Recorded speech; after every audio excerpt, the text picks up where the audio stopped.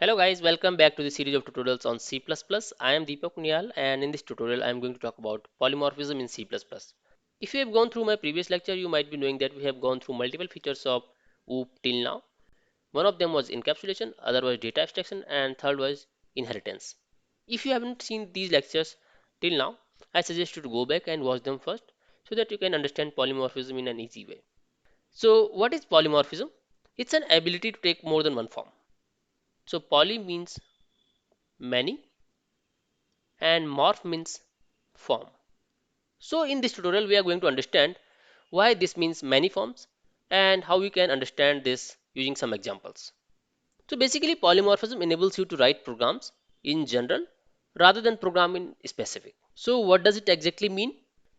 So in particular we can say that polymorphism enables you to write programs that process objects of all classes that are part of the same class hierarchy as if they were all objects of the hierarchy's base class.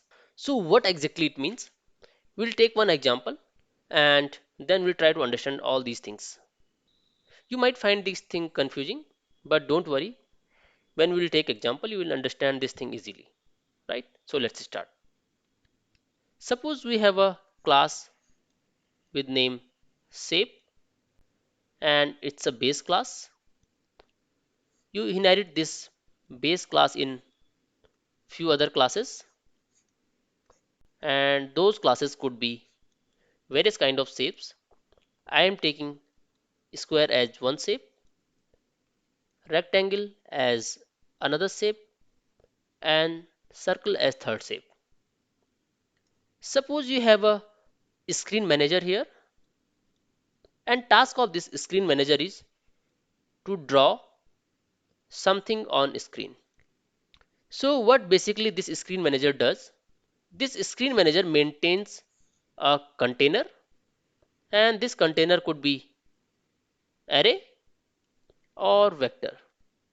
This will store objects of all these classes, right? Suppose square has a object sq, rectangle has object ret, and circle has object cir. So when it stores these things inside this sq, ret, and circle, it basically passes a message to these objects, and that message could be suppose drawing something. So we will have a draw function here in base class, and these classes will inherit this draw function also, and then these classes are going to override this function draw, right?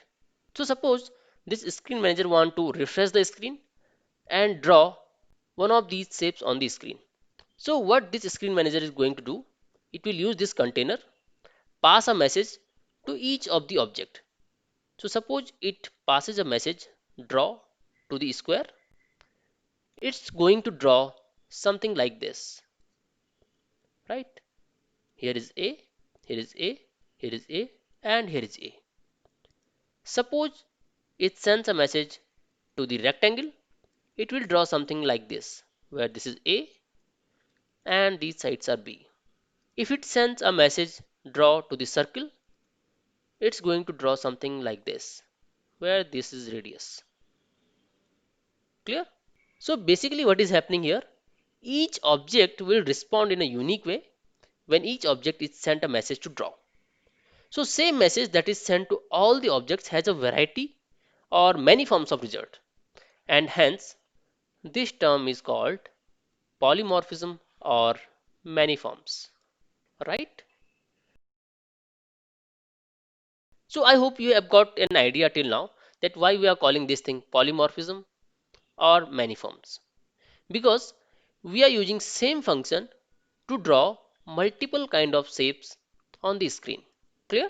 So now let's talk about some benefits of polymorphism. So why is polymorphism beneficial? This facilitates adding a new class to the system with minimal modification in its code. Suppose you want to add a new class and that class is triangle and its object is tr suppose, right?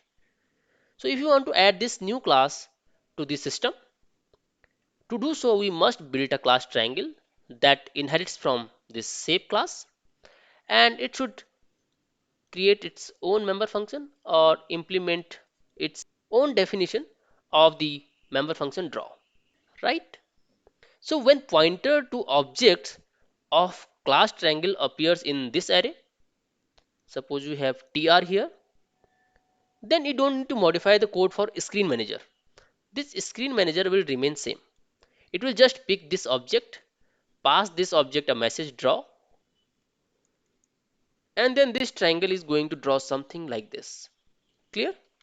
So the screen manager invokes member function draw on every object in the container or array, regardless of the object's type. So a new object simply plugs into the system. If you want to add any other shape in this system, you have to just create a new class of that. Like this, we have made a class of triangle.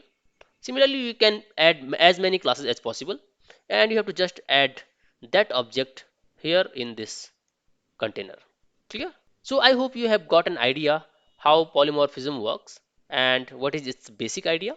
In next tutorial, we are going to talk more about polymorphism and we'll study various types of polymorphism available. So I hope all these concepts are enough for this tutorial. If you have any doubt or query regarding any of these things, you can write your doubts in the comment and I will try to respond back as soon as possible. So guys, see you in the next video with some detailed version of this polymorphism. Till then, thank you so much.